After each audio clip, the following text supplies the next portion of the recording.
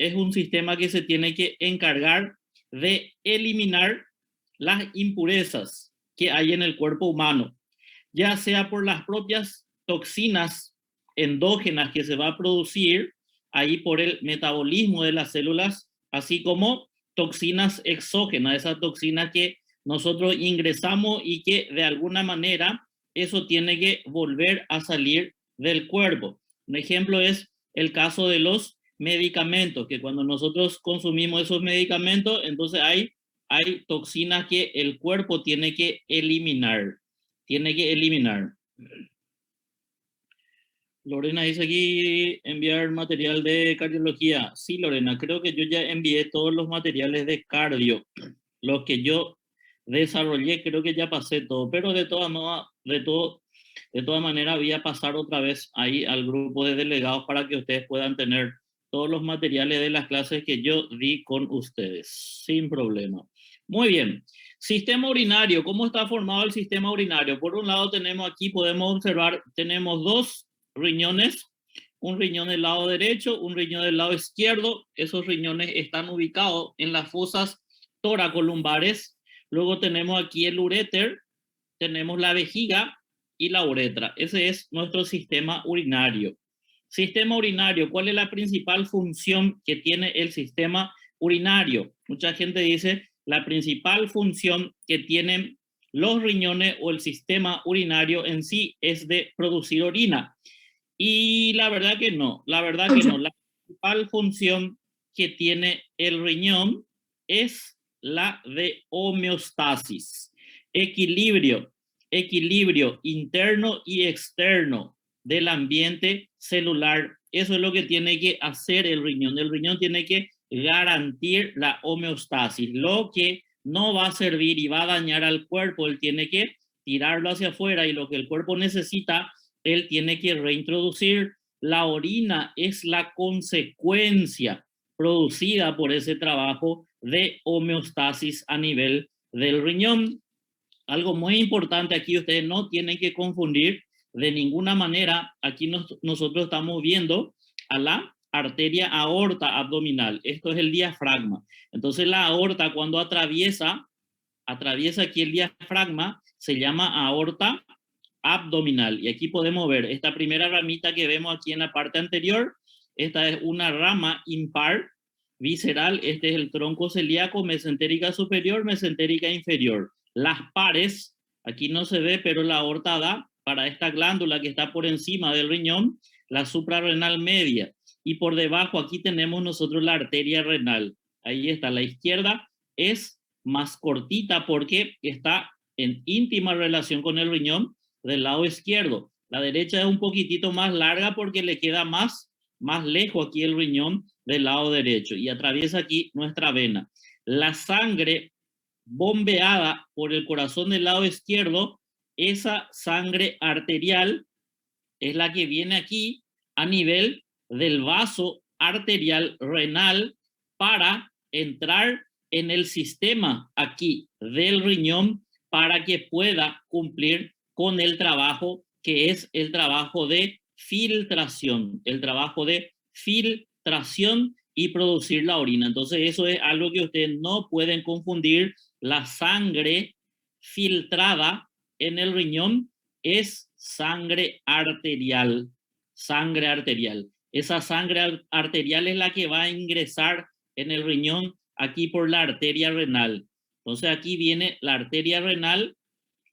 Recuerden que el riñón tiene 5 segmentos, entonces esa arteria se divide así también en 5 segmentos para posteriormente llegar hacia la periferia. Enseguida vamos a ver otra imagen donde vemos las dos partes que tiene aquí en una configuración interna del riñón, la corteza y la médula. Entonces eso tiene que llegar aquí hasta la corteza, que es el sitio donde vamos a tener mayor cantidad de nefronas que van a entonces estar constantemente filtrando sangre arterial. Esa es la sangre que entra para ser filtrada. Y posteriormente, una vez que fue filtrada, aquí la vena recoge esa sangre limpia para llevarla nuevamente hacia el corazón y distribuir ya esa sangre que fue filtrada, fue purificada ahí para todo el cuerpo.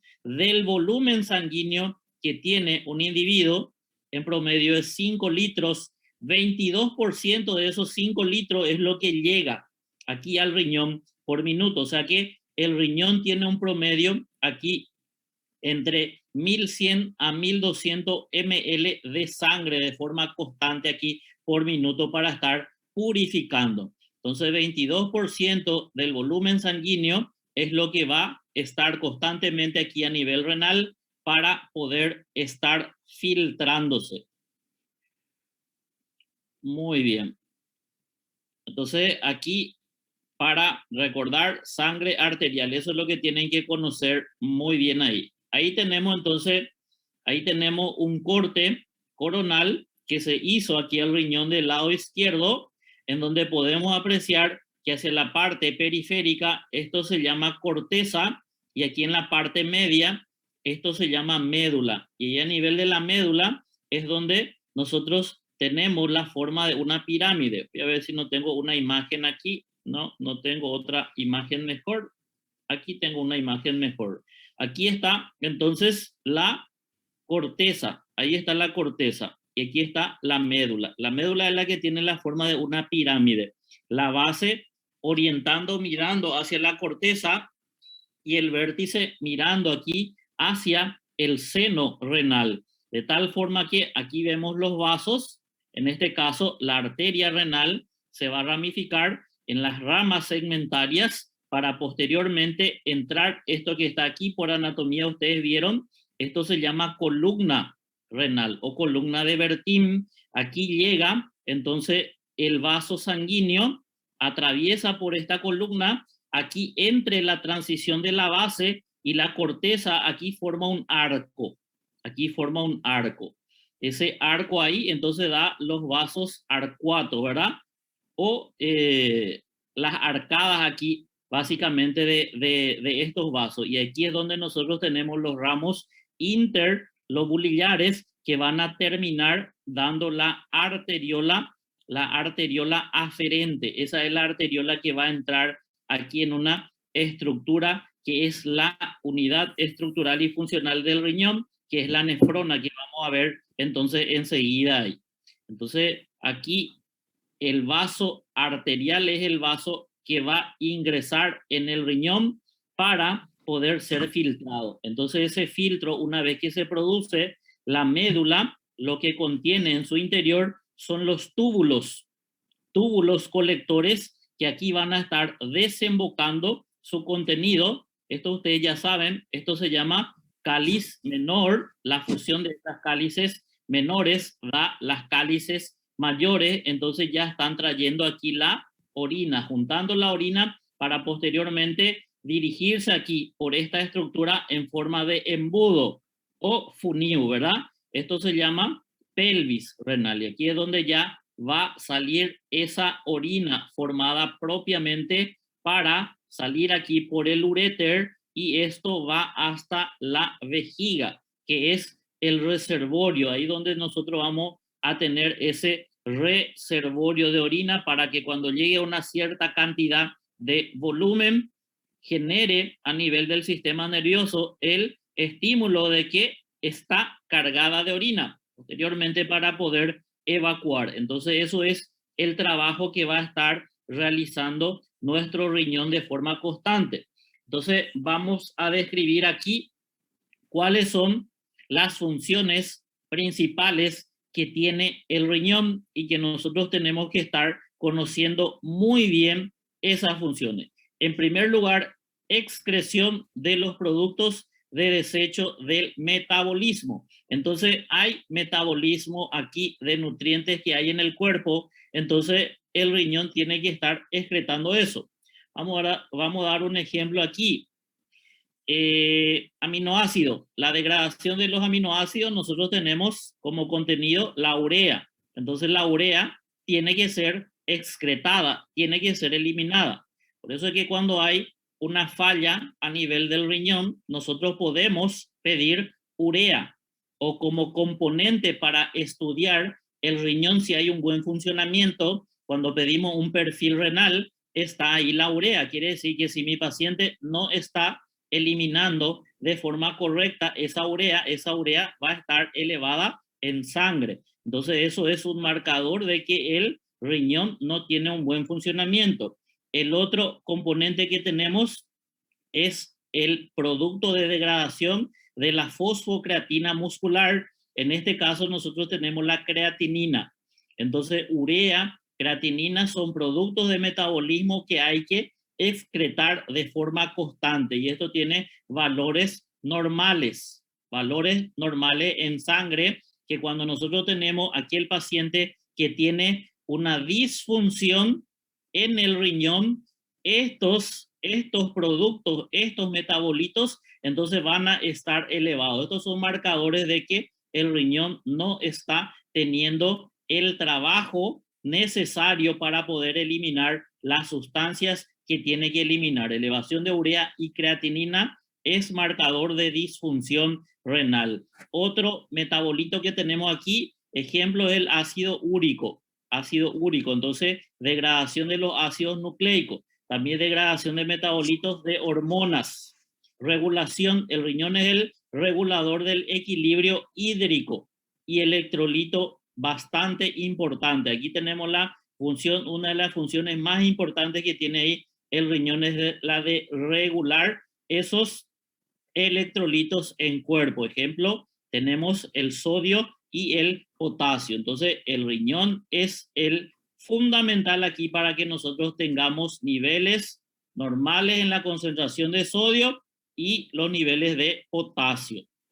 Entonces, muy importante el funcionamiento aquí del riñón para que esto no esté alterado. Y consecuentemente, con eso se regula también el agua del cuerpo. Otra función muy importante en el riñón es el órgano que regula la presión arterial.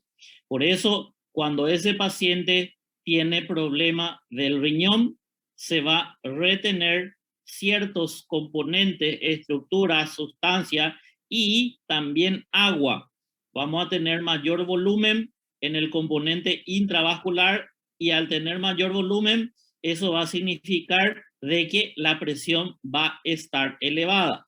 Si el riñón activa mucho el sistema de formación de renina, y esto se da como consecuencia de la elevada concentración de sodio en el cuerpo, también nosotros tenemos mucha producción de renina, y ustedes ya saben todo el mecanismo de producción del sistema renina, angiotensina y aldosterona. La angiotensina 2, entonces los vasos sanguíneos tienen receptores para angiotensina 2, que si hay mucha producción de renina por el riñón, entonces el paciente desarrolla el cuadro de hipertensión arterial.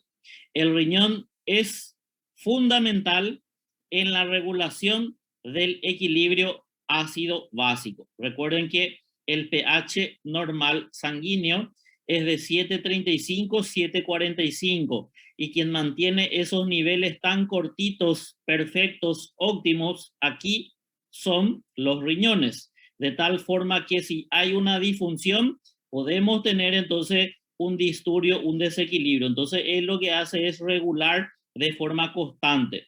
Si el paciente está elevando el pH, entonces hay alta concentración aquí de hidrógeno. Lo que hace en este caso es elevación del pH me lleva a un ambiente alcalino.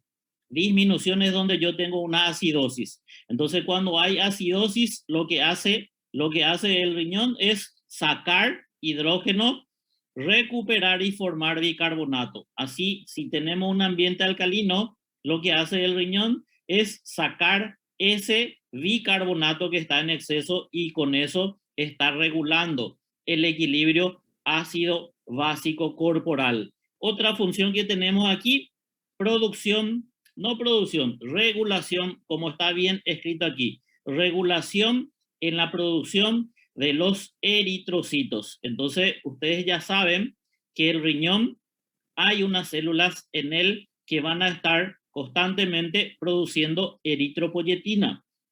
Y la eritropoyetina es la hormona que produce el riñón para estimular a la médula ósea a producir los glóbulos rojos. Ahí es donde ustedes tienen que pensar y analizar bien cuando están ante un paciente que está con anemia. Se estudia la anemia de ese paciente. ¿Por qué hay una disminución en la concentración de glóbulos rojos de ese paciente? Si el paciente es un paciente que puede tener afección o alteración a nivel renal, entonces la respuesta está ahí, que hay una disfunción del riñón y eso hace que no produzca eritropoyetina. ¿Cuáles son las enfermedades que pueden afectar el riñón para consecuentemente llevar a una enfermedad renal crónica? Número 1, de lejos, tenemos la diabetes.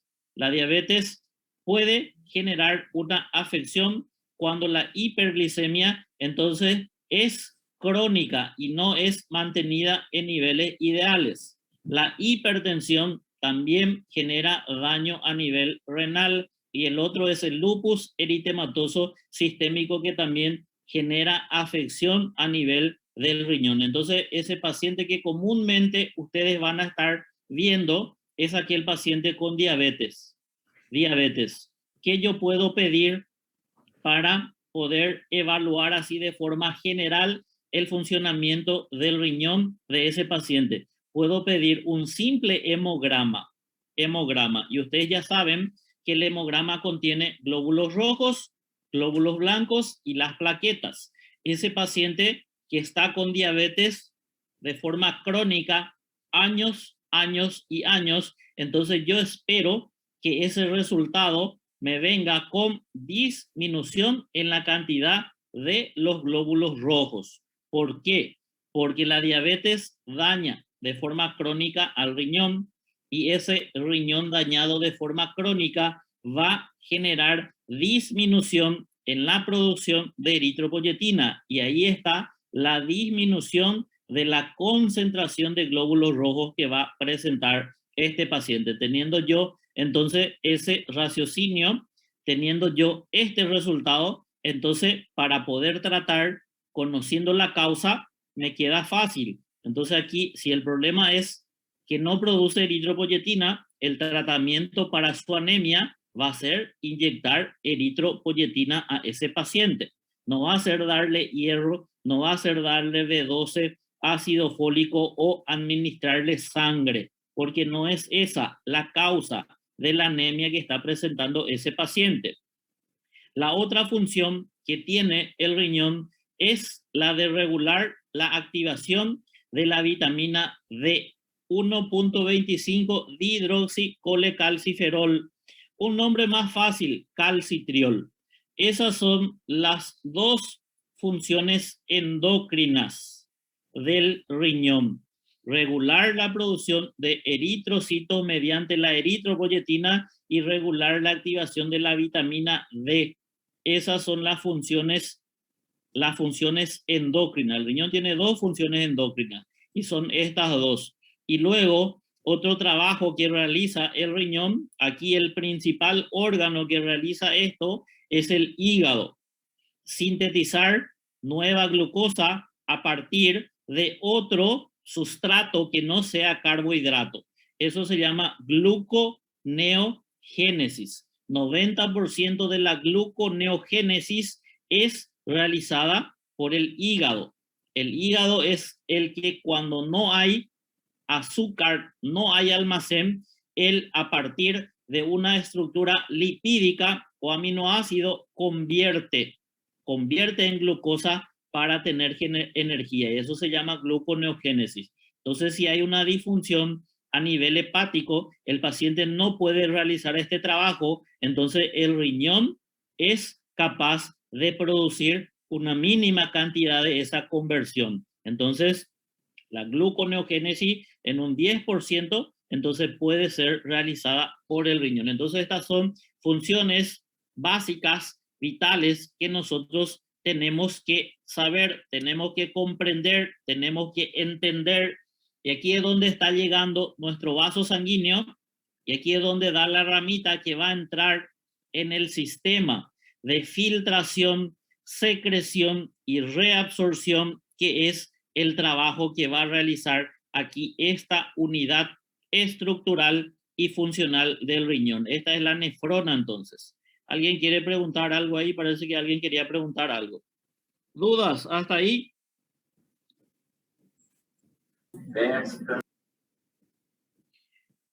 Estamos bien, estamos bien, estamos bien. Seguimos, seguimos. Muy bien. Entonces, tenemos por un lado aquí, esto es el glomérulo. Aquí es donde se va a iniciar el filtrado. El filtrado. Vamos a ver enseguida cuáles son esos componentes del glomérulo, pero aquí es donde viene esa sangre arterial.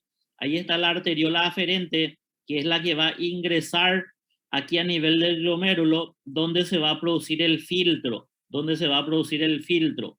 Ese sistema de filtrado, entonces hay sustancias que van a pasar el sistema de filtrado, la gran mayoría de ellas, para quedar en ese espacio que queda aquí, para luego ir por este sistema tubular. Aquí tenemos el túbulo contorneado proximal, esto se llama asa de Henle, aquí está el descendente, aquí está el ascendente, aquí tenemos el túbulo contorneado distal y aquí tenemos el túbulo colector. Y esto es lo que hay nefronas que son llamadas de justamedulares, que tienen túbulos muy, muy largos que van a desembocar, entonces ahí a nivel de la papila renal, para echar el contenido en las cálices menores, para llevar entonces ese contenido a todo este sistema excretor, para llevarlo al uréter y que esto pueda estar dirigiendo el contenido a la vejiga para que nosotros podamos almacenar. Entonces miremos aquí que hay la arteria entrando aquí a mi componente. Y esto va a ser una función bastante importante, porque aquí nosotros tenemos que entender cuáles son los componentes que hay aquí a nivel interno de la estructura glomerular, para poder entender las patologías que se van a dar, se van a producir. Entonces esto tiene una ramificación intraglomerular y posteriormente hay otro vaso que sale de ahí, que es la arteriola eferente. Y esta arteriola eferente posteriormente, vean que tiene otra vez una ramificación a nivel de los túbulos contorneados. Entonces aquí es donde nosotros vamos a tener otras funciones. Aquí se filtra y aquí lo que puede pasar en contacto del vaso con el sistema tubular, que las sustancias que no sirven, aquí pueden, en esta estructura de comunicación, el vaso sanguíneo llevar su contenido, desembocar el contenido en el sistema tubular. Entonces, eso sería secreción. Y las sustancias que pueden servir otra vez para el cuerpo, entonces puedan ingresar otra vez a este sistema vascular, y eso se llama reabsorción. Vamos a dar un ejemplo aquí. Aquí, nuestro sistema de filtrado, la pregunta clave que ustedes tienen que saber es que el riñón sirve de filtro, y ese filtro, las dos sustancias que no pueden pasar el sistema de filtrado son, número uno, eritrocitos, y número dos son las proteínas. Entonces, el filtrado tiene que atajar los eritrocitos, los glóbulos rojos, y tiene que atacar las proteínas. Profesor, pero la glucosa tampoco está en la orina. La glucosa sí no debe salir por la orina, pero la glucosa pasa el sistema de filtrado. Pasa el sistema de filtrado, y aquí es donde viene la glucosa, y a nivel del túbulo contorneado proximal se debe de reabsorber la totalidad de la glucosa que pasó ese sistema de filtrado.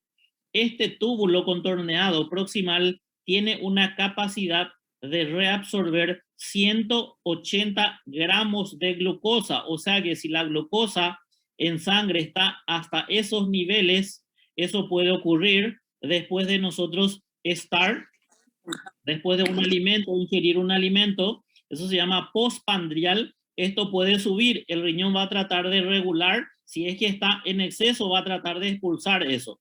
Pero la capacidad de reabsorción son de 180 gramos, que si no supera esa capacidad, vuelve a reincorporar la totalidad. Eso se llama de reabsorción. Entonces, no hay ninguna glucosa que esté pasando esta parte del sistema tubular. Pero si la glucosa supera esa capacidad de reabsorción, entonces ahí es donde el riñón trata de compensar ese exceso de glucosa sacando la glucosa aquí del cuerpo mediante este pasaje de filtrado. Él va a recuperar 180 gramos, que es su capacidad, pero si excedió, no va a recuperar. Y una vez que pase por este sistema tubular, túbulo contorneado proximal, no hay otro sitio en donde se va a poder reabsorber glucosa. Así es que si pasó el sistema del túbulo contorneado proximal, ahí la glucosa ya viene para ser excretada. Y ustedes saben que la glucosa es un soluto.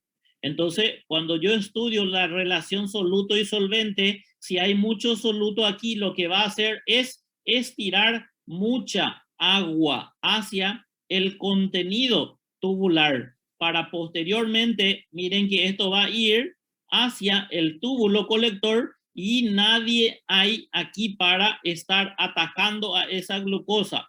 El riñón trata de eliminar ese exceso, entonces el paciente elimina la glucosa que está en exceso en el cuerpo por el riñón, pero la glucosa no va a salir solo.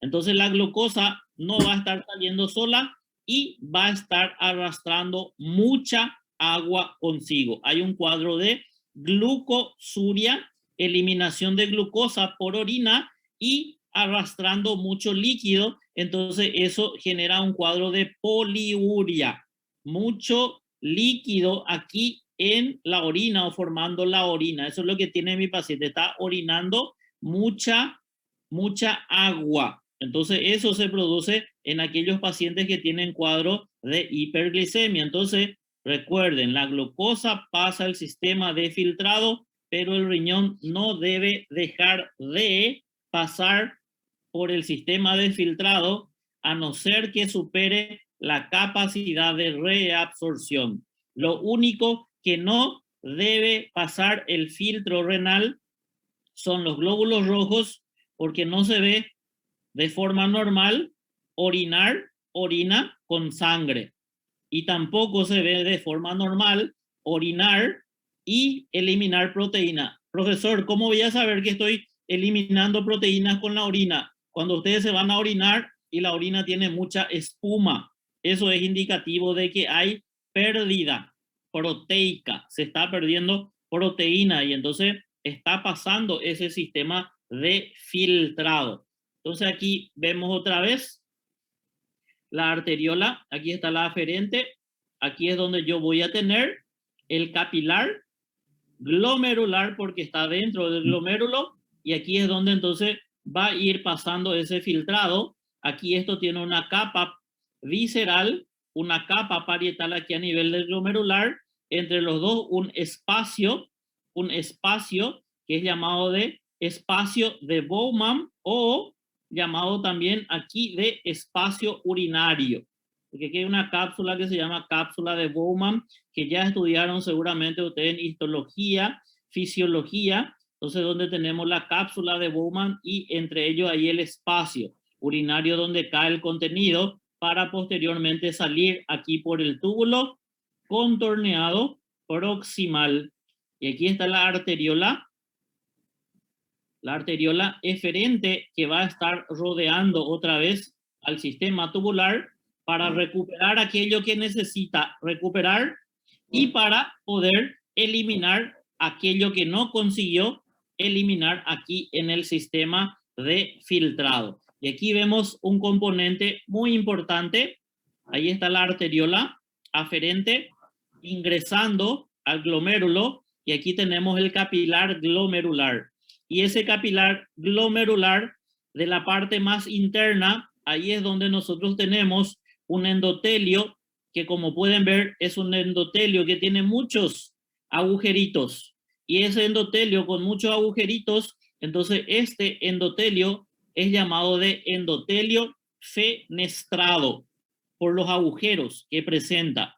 Luego hay una membrana basal, esto que está en azul, que está rodeando a ese endotelio, y luego está aquí la célula podocitaria, que también tiene su membrana, que es la membrana podocitaria. Aquí aparece deditos que se están interdigitando uno con otro, y ahí es donde entre cada interdigitación hay espacio, que aquí, como podemos ver, va a pasar el endotelio, la membrana basal, y esto va a permitir salir aquí. Y esto es lo que sale en el espacio de Bowman para iniciar el proceso de formación urinaria y poder eliminar esas sustancias que pueden generar algún disturbio en el cuerpo. Y aquí es donde yo tengo que conocer muy bien aquí a la membrana de este capilar glomerular, porque aquí es donde yo voy a entender las patologías que se van a producir.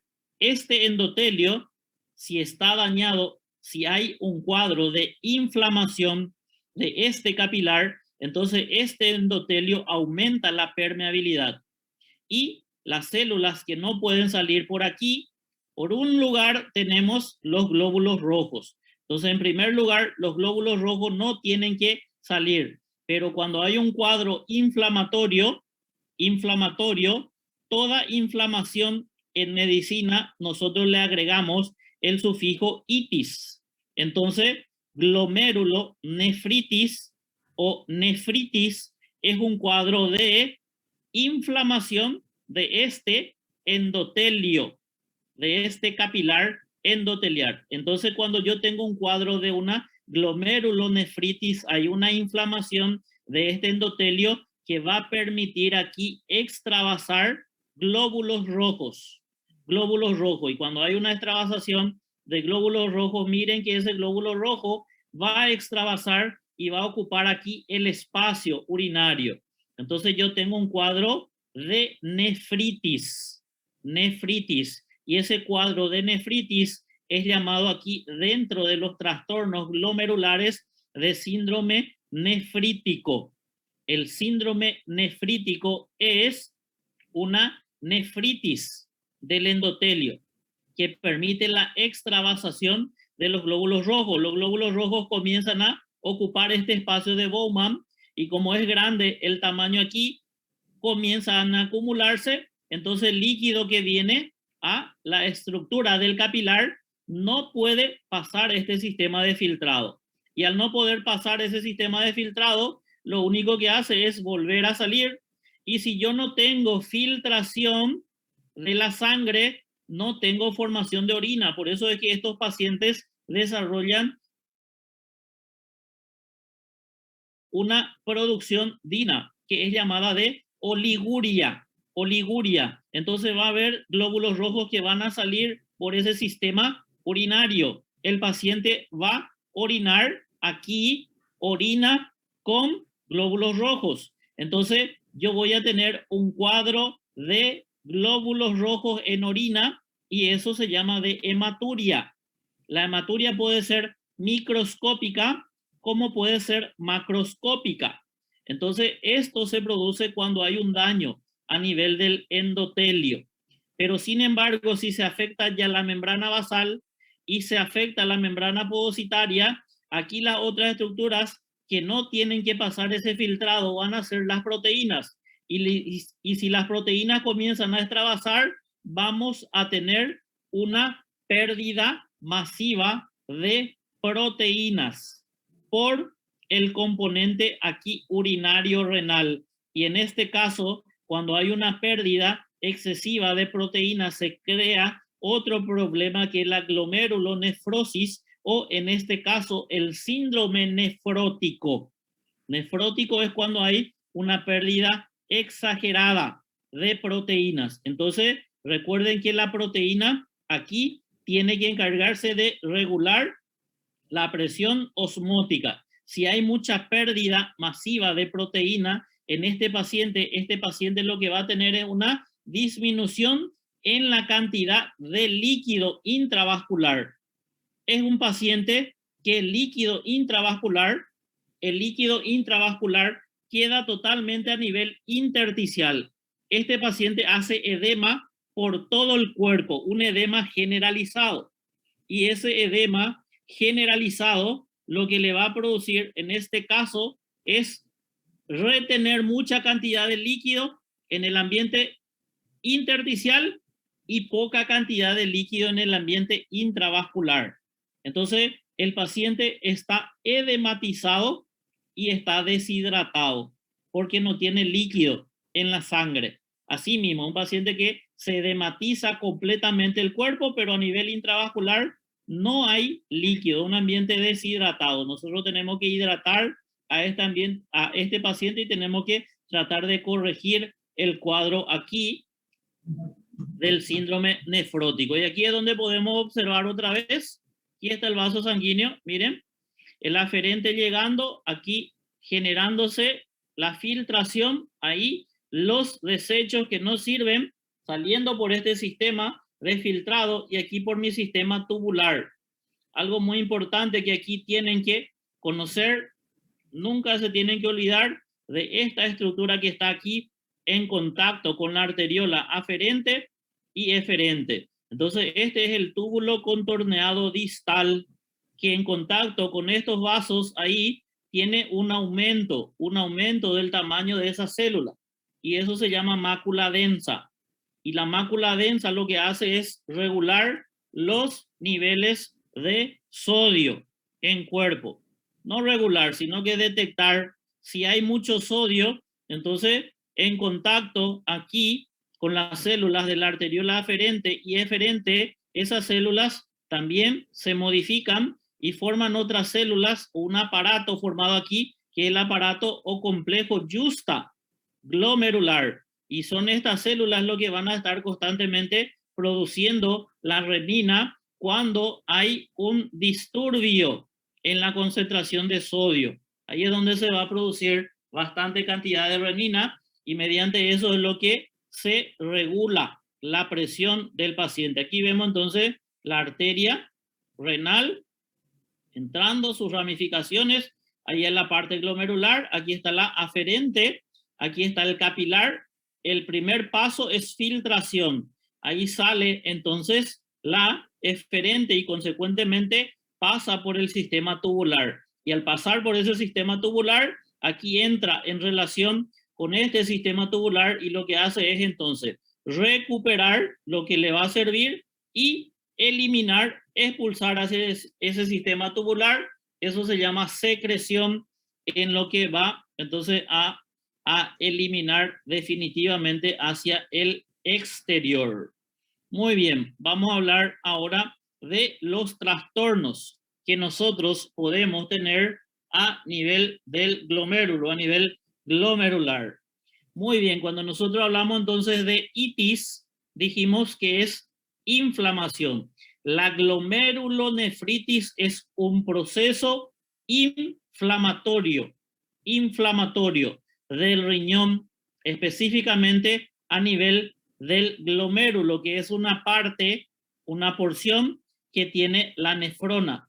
La glomerulonefritis es la principal causa de injuria, hoy en día llamada ya de enfermedad renal crónica. No se dice más injuria renal aguda, injuria renal crónica, sino que aquí es enfermedad renal crónica y sí, la otra continúa llamándose de injuria renal aguda. Entonces, daño renal o enfermedad renal crónica y la injuria renal aguda. Aguda, vamos a estudiar en una otra ocasión. De tal forma que vamos a ver que cuando hay un acometimiento agudo en el riñón, se puede recuperar el 100% de la funcionalidad renal. Pero cuando hay una enfermedad renal crónica, esto indica de que hay una muerte lenta y progresiva del riñón o de las nefronas, en este caso, de forma irreversible. La diabetes, la hipertensión, el lupus son las principales entidades que desarrollan este cuadro. Entonces, la glomerulonefritis causa principal de enfermedad renal crónica y enfermedad renal terminal. Las enfermedades pueden tener muchas causas y vamos a dividirla de manera general en dos formas. Primaria, cuando hay un acometimiento directamente a nivel del riñón, y secundaria es cuando hay aquí una patología asociada que dañe el riñón. Entonces ya nombramos la diabetes, ya nombramos el lupus. Patricia dice aquí, doctor, pero se puede amenizar la insuficiencia renal crónica. No entendí, Patricia, ¿qué quiere amenizar? ¿O qué quiere amenizar?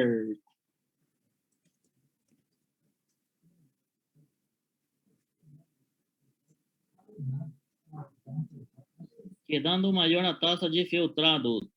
A gente, quando tem dano a nível do rim, entonces cuando hay disminución de las nefronas, nosotros vamos a tener disminución del trabajo, disminuir el daño. Y una vez instalado hasta ahí, lo que nosotros tratamos de evitar es la progresión de la enfermedad. Una vez instalado el daño, entonces es un daño que va a ser irreversible. En este caso lo que nosotros hacemos es disminuir la progresión de ese daño. Entonces lo que hacemos es disminuir la progresión del daño. Se eliminaron las nefronas no se regeneran, no vamos a tener regeneración. Se eliminaron esas nefronas y yo identifico la causa. Lo que yo hago es disminuir la progresión del daño de esa enfermedad.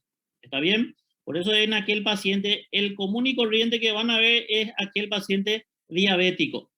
El diabético es lo que de forma lenta y progresiva va evolucionando en enfermedad renal crónica.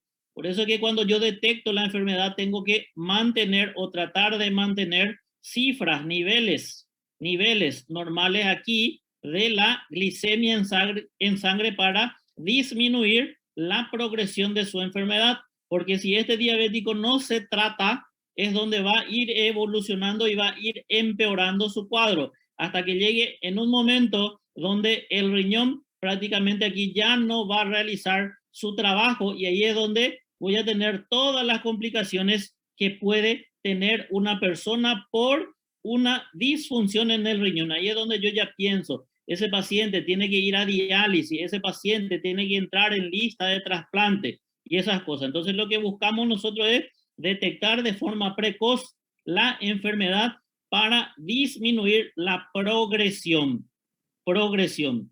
Entonces, disminuir la progresión.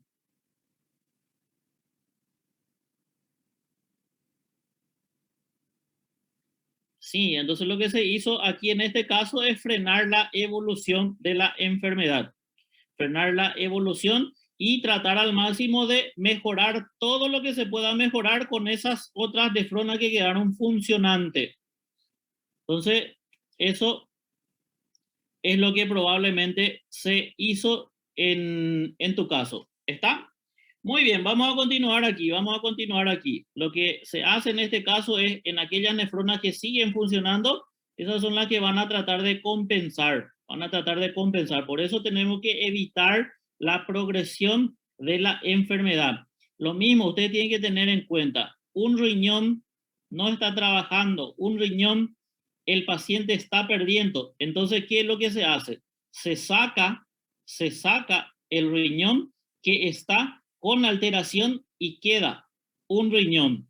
¿Qué va a hacer ese riñón? Ese riñón va a mantener normalmente su trabajo. No, el riñón que queda es un riñón que va a aumentar el trabajo. Por eso muchas veces en aquellos pacientes que se retiran así un riñón, del otro lado ustedes ven que el riñón que quedó, un riñón totalmente aumentado de tamaño, porque realiza una hiperplasia de forma compensatoria en este caso. Entonces, aquí detectado la enfermedad, tenemos que evitar la progresión, y ahí es donde vamos a entrar con medidas para que evitemos esa progresión de ese daño y eso que queda funcionando. Si es que yo cuido, entonces eso va a generar un aumento en su trabajo y ahí nosotros de esa forma conseguimos mejorar el funcionamiento del riñón. Pero aquí cuando hay daño renal crónico, no es que se va a regenerar y las nefronas van a volver a trabajar de forma normal y natural. O sea que más bien no es que van a volver a formarse nuevas nefronas, sino que las que quedan aumenta su trabajo. Entonces hacen un trabajo de forma compensatorio. Muy bien, vamos a ver aquí las patologías que nosotros vamos a tener que conocer muy bien cuando hablamos entonces de inflamación del glomérulo. Entonces tenemos de forma primaria cuando hay anomalía glomerular como único hallazgo y secundaria a otras enfermedades asociadas. Ya nombramos estas enfermedades aquí. Dentro de las manifestaciones de las glomerulonefritis, las manifestaciones clínicas que van a tener los pacientes o pueden presentar son hematuria, disminución de la velocidad o tasa de filtrado glomerular, azoemia es cuando hay entonces en este caso productos nitrogenados que pueden estar aumentados, muy aumentados en sangre. El ejemplo es la urea y la creatinina. Oliguria, disminución en la formación de la orina. Y consecuentemente, como sabemos que el riñón es encargado de regular la presión, si el paciente tiene una disfunción del riñón, va a retener líquido, va a tener un aumento del volumen intravascular y eso le va a llevar a que desarrolle hipertensión. Mecanismo de la enfermedad producida por trastornos que estimulan respuesta inflamatoria en las células del endotelio o mesangiales o epiteliales del propio glomérulo. Etiología. Se cree que las glomerulopatías secundarias tienen un componente inmunológico. 1. La lesión producida por los anticuerpos o reacción producida por complejos de antígenos, anticuerpos circulantes que van a entonces afectar aquí al glomérulo. Los antígenos también, los antígenos que en este caso tienen una respuesta inmunológica pueden ser de origen endógeno. Entonces ahí es donde yo voy a tener un trastorno de forma autoinmune cuando mi cuerpo reacciona en contra de mi estructura corporal. Entonces aquí el lupus eritematoso sistémico es una enfermedad en la cual nosotros tenemos un proceso o un efecto autoinmune. Entonces estos antígenos reconocen como extraños partes del cuerpo. Y el otro es de forma exógena. Y de forma exógena nosotros tenemos el principal acometimiento a nivel renal producido aquí por antígeno exógeno. Va a ser aquí el Streptococcus beta hemolítico. Aquí es donde nosotros tenemos que el paciente inicia el cuadro de una inflamación faringo amigdalítica. Ahí es donde nosotros tenemos que entrar bien fuerte para eliminar lo más rápido posible a este microorganismo, porque esto puede generar complicaciones bastante severas en un individuo. Las principales complicaciones que tenemos nosotros por el Streptococcus está la escarlatina, está la fiebre reumática y en este caso el antígeno exógeno producido puede ir a depositarse entonces ahí a nivel glomerular generando en este caso la glomerulonefritis post-estreptocócica. Eso tenemos que entender y manejar muy bien. Los tipos específicos, entonces los cambios de la célula asociadas con las glomerulopatías pueden ser proliferativas, escleróticas y membranosas. Las proliferativas son las que representan el número de los componentes celulares del glomérulo sin importar el origen. Esclerótico, esclerosis, ustedes saben lo que es el término esclerosis. Aquí es porque hay un aumento del tejido colágeno, entonces hay una cicatriz formada en la estructura glomerular. Membranoso, aumento del espesor de la pared del capilar. Entonces, si aumenta el espesor de esa pared, por depósito de complejo inmune, eso dificulta también el trabajo renal. Y los cambios, podemos tener nosotros cambios de forma difusas, afecta a todos los glomérulos, de forma focal, solo algunos de ellos, segmentarios, solo un segmento del riñón, o mesangiales que van a afectar solamente las células mesangiales, que son ahí las células de defensa que hay en el riñón.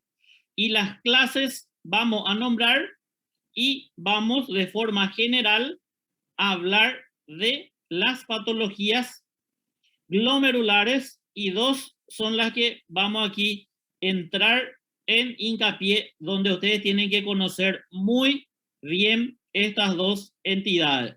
Entonces, vamos a nombrar primeramente todos los trastornos que pueden haber a nivel glomerular. Glomerulonefritis proliferativa aguda, glomerulonefritis rápidamente progresiva, nefrótico, glomerulonefritis membranosa, lipoidea o de cambios mínimos, esto es lo que más afecta en niños, segmentaria focal, nefropatía por IgA y la glomerulonefritis crónica. Estos son los principales trastornos que hay o afectan, mejor dicho, a nivel del glomérulo. La glomerulonefritis proliferativa aguda se produce luego de infecciones causadas por microorganismos. Y ya saben los microorganismos que hay en el cuerpo, ¿verdad? O los microorganismos que afectan al cuerpo. De lejos, el principal, Streptococcus beta hemolítico del grupo A, Staphylococcus, y por otro lado, varios agentes virales también pueden generar aquí defensa, o más bien el cuerpo generar defensa para estos agentes, formar complejos, antígenos, anticuerpos, que posteriormente se depositan en alguna de las membranas allá a nivel glomerular, generando entonces disturbios en la tasa de filtrado. Las manifestaciones clínicas que tenemos entonces van a ser edema, oliguria, proteinuria, hematuria, retención de agua y de sodio, y consecuentemente hipertensión. El laboratorio que se pide, ácido, complemento y crioglobulina. Esto no vamos a detallar el laboratorio que se va a pedir, eso van a ver mejor después en clínica médica. Glomerulonefritis rápidamente progresiva. Aquí está una de las entidades que nosotros tenemos que entender muy bien. Cuando hablamos de glomerulonefritis rápidamente progresiva, es el síndrome nefrítico. Síndrome nefrítico, inflamación del endotelio. Se va a caracterizar entonces por signos de lesión glomerular grave sin una causa específica. Entonces el síndrome nefrítico, lo que yo tengo es una lesión endotelial, lesión del capilar endotelial. ¿Qué pasaba cuando nosotros teníamos una lesión del capilar endotelial? Extravasación de esos glóbulos rojos, y esos glóbulos rojos que extravasan posteriormente pasan ese sistema de filtrado. Entonces mi paciente tiene hematuria, y ya dijimos que puede ser microscópica o macroscópica. Ese paciente, como tiene acúmulo de glóbulos rojos en el espacio de Bowman urinario, entonces disminuye la tasa de filtrado, disminuye la formación de la orina. Entonces yo tengo que el paciente tiene menos formación de orina. Eso se llama oliguria. Y ese líquido va a quedar retenido en el ambiente intravascular. Cuando aumenta mucho la presión, comienza a extravasar ese líquido y va al componente intersticial. Y ahí es donde nosotros podemos tener edema, pero no va a ser un edema muy marcado como cuando esté faltando proteína. Mi paciente tiene un cuadro de edema no nefrótico. Entonces hay edema, pero no edema muy marcado. azotemia o azoemia, entonces cuando hay retención de los productos nitrogenados en sangre, urea y creatinina elevada. El paciente por la oliguria ya dijimos que va a tener edema.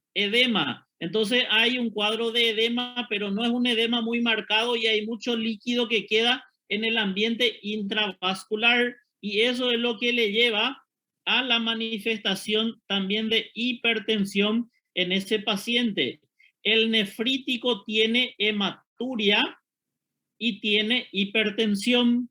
Esas son las manifestaciones principales que tienen que conocer cuando el paciente está con una inflamación del endotelio glomerular.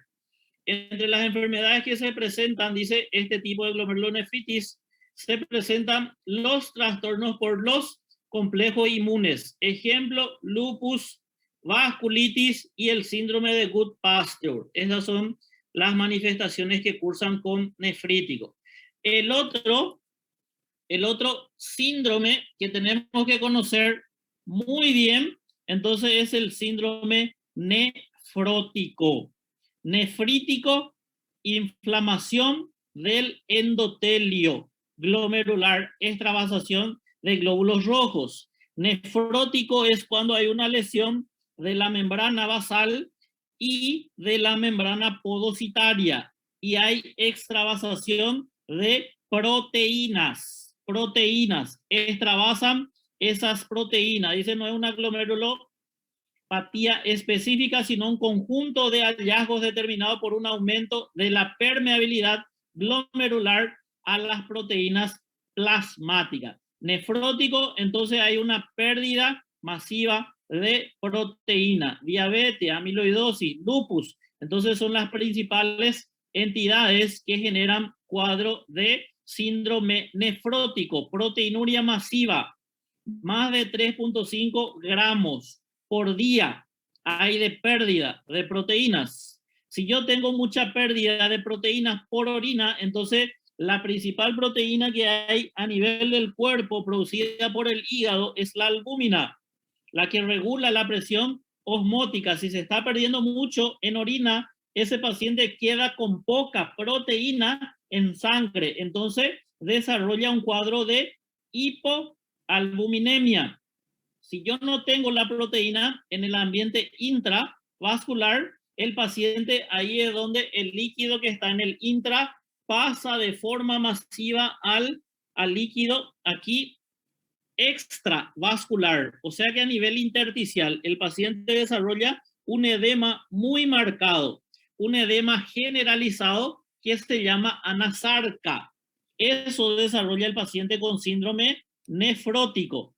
El paciente aquí, como hay pérdida masiva de proteína, el hígado tiene que reponer esto, entonces el hígado lo que hace, en vez de estar liberando de forma masiva, porque tiene que formar proteína, comienza a liberar mucho colesterol en el ambiente sanguíneo. El paciente cursa con cuadro de hipercolesterolemia. El riñón, aquí para tratar de compensar, comienza a sacar ese lípido hacia afuera. Entonces, el paciente tiene lipiduria, dijimos el colesterol elevado, hay retención de agua y sodio porque hay poco líquido intravascular. Entonces, imagínense, el líquido que está llegando a nivel del riñón es de poca cantidad. Si el riñón detecta de que hay poco líquido llegando a él, entonces él comienza a retener.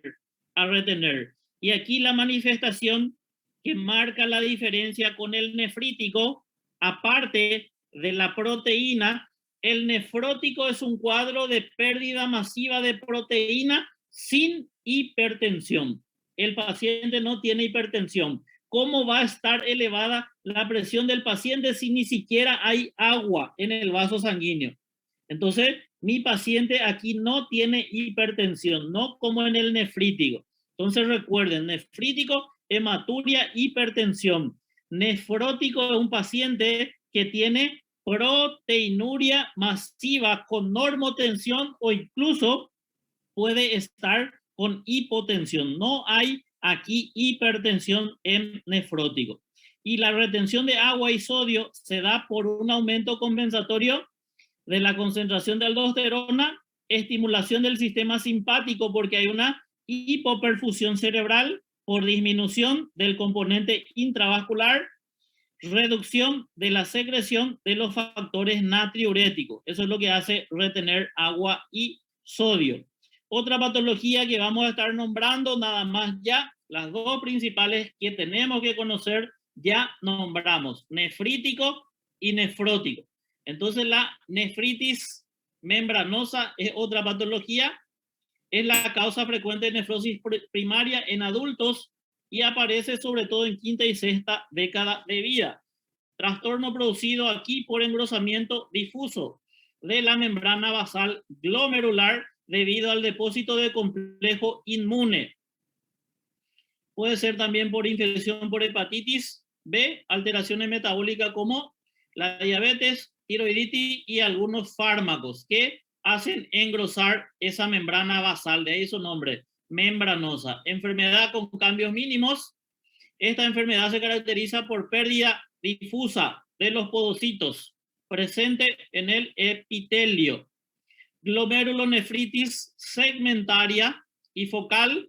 Entonces, en un segmento o en algún foco hay una esclerosis, depósito de mucho colágeno en algún segmento aquí del riñón. Se da generalmente aquí por disminución del contenido de oxígeno en sangre. Eso es lo que genera aquí el aumento de depósito de tejido colágeno.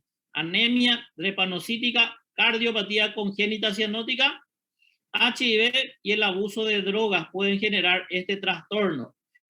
Nefropatía por la inmunoglobulina A, enfermedad de Buerger. Entonces yo tengo que hay depósito de IgA a nivel del glomérulo, que es lo que me desarrolla o cursa con esta enfermedad.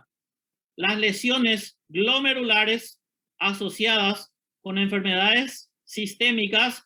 Entonces aquí enfermedades sistémicas con repercusión glomerular. Diabetes es una complicación importante que tiene entonces aquí la diabetes mellitus, la glomeruloesclerosis.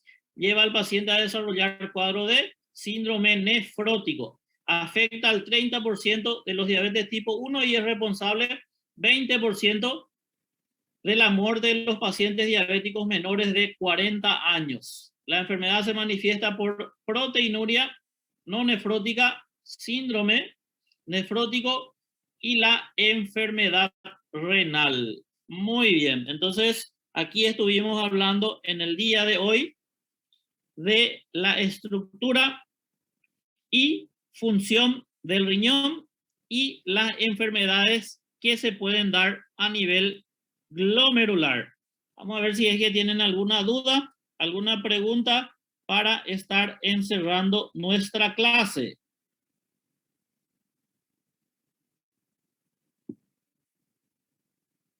Dudas, dudas, dudas.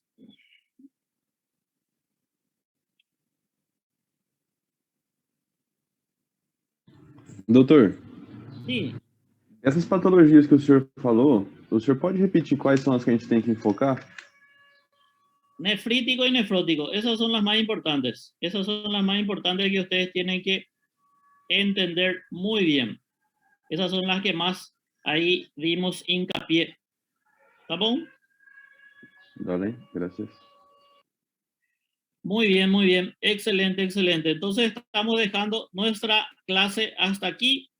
Que tengan un excelente día y nos vemos en una próxima. Chao, chao, pessoal.